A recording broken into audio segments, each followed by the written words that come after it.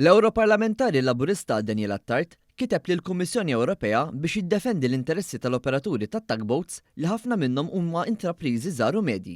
Dan fid-dawl ta' regoli ġodda li qed jitfasslu bilan li jkun hemm monitoraġġ fuq kemm jużaw fuel u kemm jinniġsu l-vapuri fl-ibħra tagħna. Għalkemm b'mod ġenerali r-regoli huma tajbin għax marbutin mal-miri ambjentali u l-ġlieda kontra t-tibdil fil-klima, fl-ittra tiegħu, Attard saħaq li dawn inġustament jpoġġu lill-operaturi tat-tugboats fl-istess keffa ma' dawk tal-vapuri tal-ġar tal-merkanzija. Dr. Attard talab lill-Kummissjoni Ewropea biex tirrevedi regolamenti bilan li operaturi Maltin u Ewropej li l-parti l-kbira tagħhom joperaw fil-portijiet tagħna ma jitabbewx bl-istess piż amministrattiv u finanzjarju ta' kumpaniji ferm akbar minnhom li joperaw fl-ibħra internazzjonali. Sodisfatt ninnota li wara li ktibt lill-Kummissjoni Ewropea kelli laqa ma' direttur tal-istess kummissjoni li matula trattajna mhux biss l-isfidi imma aktar importanti minn hekk fuq kif se nelbuhom.